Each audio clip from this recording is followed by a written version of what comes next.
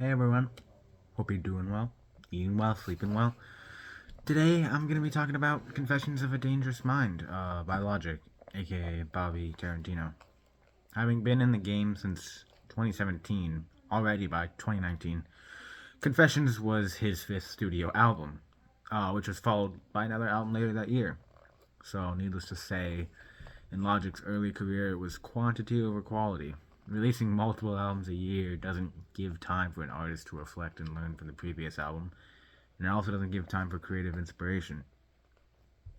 Perhaps these are the reasons Confession is the way it is. All the beats on this album are completely forgettable and just kind of come and go instantly before instantly being forgotten once the song ends.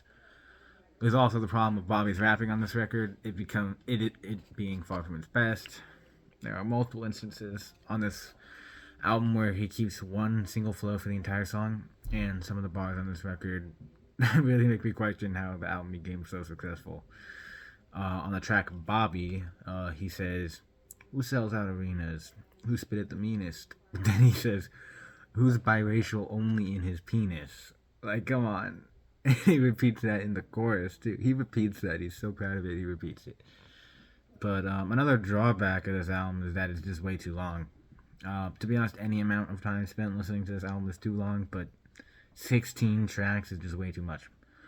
Especially when all the beats are just copies of each other. My last gripe about this album is how many features there are. There's nothing wrong with a lot of features, but there are so many that I almost feel like Bobby was just going for a collector's achievement. While some of them do their best, plenty of them deliver pretty forgettable verses, and some of them are so short that I forget they're even on the track. It even features Will Smith. Like, it's 2019. How are you gonna feature Will Smith on your album?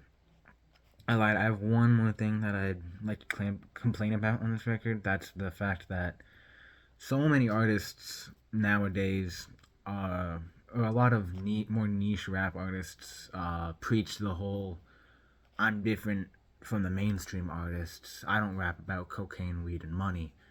I rap about real things. But if I did rap about cocaine, weed, and money, I would make a whole lot more money and a whole lot more plays and be a lot more famous." But he says that in one breath, and then in another breath, the chorus to the song is cocaine, cocaine, cocaine, cocaine, Molly, something like that. Like, it's super hypocritical, and honestly, you're just making the same amount. You're making the same kind of just extremely popular in the market rap music that everyone else is listening to. It's, you can't phrase it in the lyrics as being something special when it's the same thing everybody else is doing. Just in your mind, you think it's something special.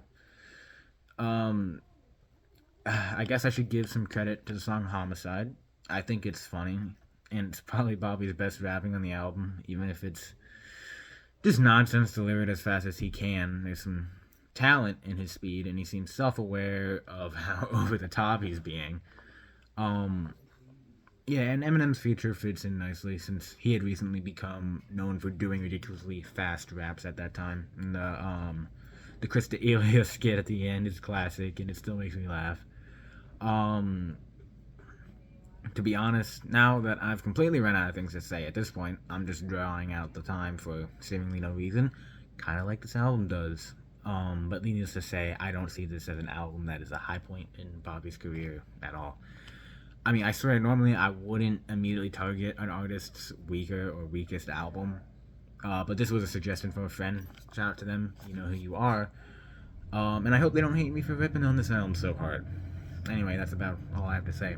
Thanks for watching.